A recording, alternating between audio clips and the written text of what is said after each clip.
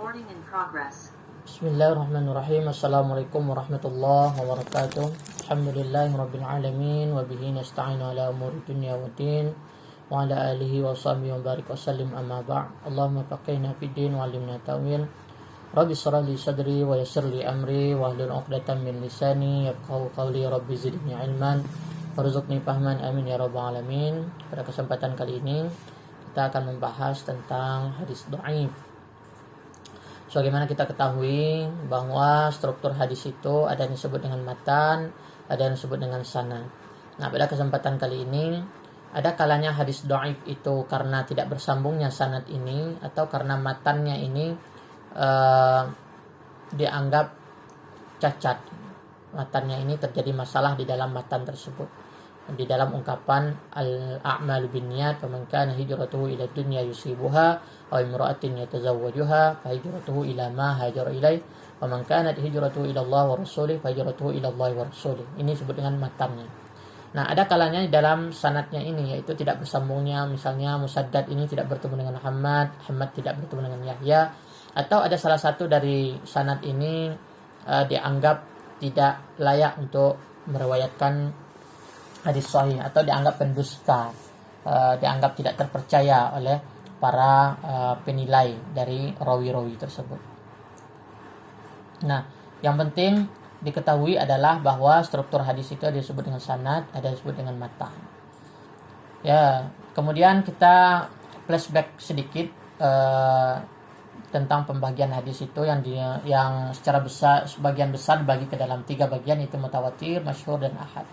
Dalam ahad ini dibagi ke dalam 2 lagi, yaitu ada makbul, ada mardud. Nah, dalam mardud ini terbagi 2, yaitu dhaif dan maudhu'. Inilah yang akan kita bahas pada kesempatan kali ini, yaitu terkait dengan hadis dhaif. Sedangkan untuk hadis maudhu' akan kita bahas dalam video yang lain.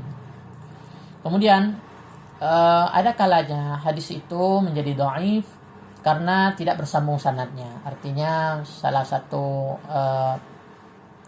sanad itu terjadi masalah di dalam sanad tersebut karena tidak tersambung. Nah, itu ada disebut dengan hadis mu'allaq, yaitu hadis dhaif yang gugur perawinya baik seorang atau 2 orang pada awal sanad. Pada awal sanadnya itu tidak disebutkan, misalnya baik itu di kalangan tabi'in atau tabi'in itu tidak disebutkan, sehingga hadisnya menjadi hadis mu'allaq atau hadis munqati. Yaitu hadis yang gugur 2 orang perawi yang tidak berturut-turut di pertengahan sanad. Misalnya tabi'in tidak disebut, atau sahabatnya tidak disebutkan, kemudian tabi'in disebutkan, kemudian tabi'in tidak disebutkan lagi. Nah, pokoknya kalau ada 2 sanad yang tidak disebutkan secara tidak berturut-turut, tidak disebutkan, itu disebut dengan hadis munqati. Ada lagi mu'dal, yaitu hadis yang gugur 2 orang perawi berturut-turut di pertengahan sanad. Nah, bedanya munqati ini gugurnya itu atau tidak disebutnya itu secara tidak berturut-turut, sedangkan mu'dal ini disebutkan dengan secara berturut-turut. Ada juga hadis dhaif disebut dengan hadis mudallas, yaitu hadis yang tidak disebutkan dalam sanadnya atau sengaja digugurkan oleh perawi nama gurunya dengan cara memberi keraguan apakah ia mendengar sendiri atau tidak. Nah, artinya hadis dhaif ini ada kalanya karena ketidakbersambungan sanad tersebut itu. Bukti ketidaktersambungan itu bagaimana? Ya karena tidak disebutkan, ada rawi-rawi yang tidak disebutkan di dalam hadis tersebut, sehingga status hadisnya itu menjadi bermasalah. Kemudian ada kalanya hadis dhaif itu karena perawinya cacat atau lainnya, yaitu misalnya ya ketika perawinya itu tertuduh dusta, pendusta, atau berbuat fasik dan lalai baik dalam hadis atau lainnya, maka hadis yang diriwayatkan darinya itu disebut dengan hadis matruk. Atau ada kalanya hadis itu diriwayatkan oleh perawi yang lemah, menyalahi riwayat orang yang terpercaya. Dia terkenal misalnya suka berbuat fasik, kemudian menyalahi riwayat orang yang terpercaya, orang yang jujur, orang yang baik, maka hadisnya menjadi hadis mungkar. Ada kalanya hadis itu disebut dengan hadis saz, dhaif saz. Kenapa? Karena perawi yang terpercaya, rawinya terpercaya, jujur, tetapi menyalahi riwayat yang lain, riwayat yang sama dari orang lain, tetapi orang lain itu terpercaya juga, dan yang meriwayatkan dengan bentuk riwayat yang lain itu lebih banyak gitu. Misalnya saya meriwayatkan sendiri, saya disebut dengan orang terpercaya, kemudian ada 10 teman saya meriwayatkan juga riwayat tersebut.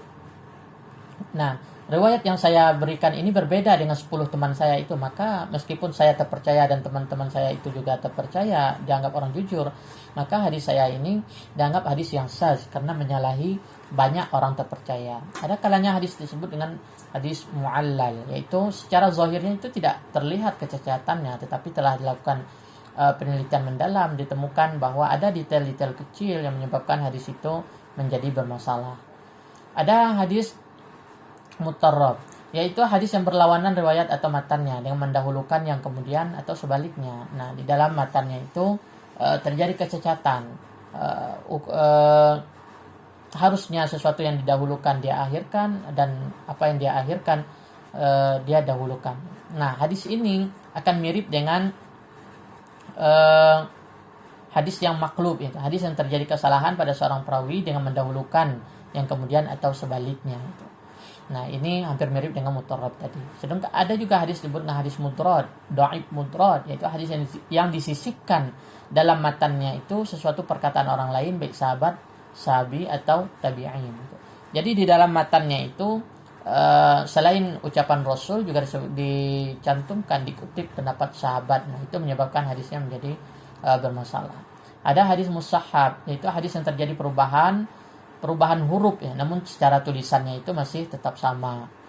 Ada hadis muharrab, dhaif muharrab, yaitu hadis yang terjadi perubahan baris. Hadis mubham, hadis yang terdapat dalam sanad seorang perawi yang tidak disebutkan namanya. Jadi ada rawi yang tidak disebutkan, misalnya hanya disebutkan pulan saja, an pulan atau hadatsana pulan. Nah, itu tidak disebutkan namanya, sehingga hadisnya menjadi hadis yang mubham. Nah, kemudian meskipun demikian, para ulama itu berbeda dalam menanggapi kitab hadis dhaif ini. Misalnya Imam Bukhari dan Muslim itu sama sekali tidak boleh mengamalkan hadis dhaif ini. Ini yang saya dapatkan di dalam bukunya karya Tengku Muhammad Hasbi As-Siddiqi, baik dalam Shalh Hukum maupun Targhib dan lain-lainnya. Kemudian sebagian fuqaha dan ahli hadis, hadis dhaif dipergunakan untuk menerangkan keutamaan sebuah amalan. Jadi di dalam sebuah amalan itu diperbolehkan menggunakan hadis dhaif itu. Nah, kemudian menurut Abu Daud dan Ahmad, di sebagian fuqaha ini juga termasuk Imam Ahmad ya. Kemudian di sini Abu Daud dan Ahmad menggunakan hadis dhaif jika dalam suatu masalah tidak diperoleh hadis-hadis sahih atau hadis hasan. Jadi ketika ada sebuah masalah baru tetapi tidak ada keterangan bagaimana cara menyelesaikan hadis tersebut menurut hadis yang sahih atau hadis hasan, maka diperbolehkan menggunakan hadis dhaif. Kemudian yang menarik adalah apa yang disampaikan oleh Ibnu Hajar, bahwa ada beberapa syarat dalam menggunakan hadis dhaif. Yaitu yang pertama, kelemahannya tidak seberapa, bukan dari pendusta. Ketika perawinya pendusta, maka hadisnya tidak boleh digunakan. Kemudian yang kedua, tidak menyalahi hukum yang sudah ditetapkan. Artinya ketika sebuah hukum itu telah ditetapkan, kemudian dia menyalahi dari hukum-hukum tersebut, atau bisa dikatakan bertentangan dengan hadis sahih atau bertentangan dengan Al-Quran, maka itu tidak boleh digunakan. Tetapi selama dia tidak menyalahi dan kelemahannya tidak seberapa, maka boleh digunakan. Kemudian yang ketiga itu diniatkan sebagai ganti memegangi pendapat yang tidak berdasarkan nas sama sekalinya. Daripada berpegang pada pendapat ra'yu, pendapat seseorang, maka lebih utamakan menggunakan hadis dhaif tersebut. Selama catatan pentingnya adalah kelemahannya tidak seberapa dan tidak menyalahi hukum-hukum yang telah ditetapkan, tidak bertentangan dengan hadis sahih atau tidak hadis hasan, dan tidak bertentangan dengan Al-Quran. Sekian. Assalamualaikum warahmatullahi wabarakatuh.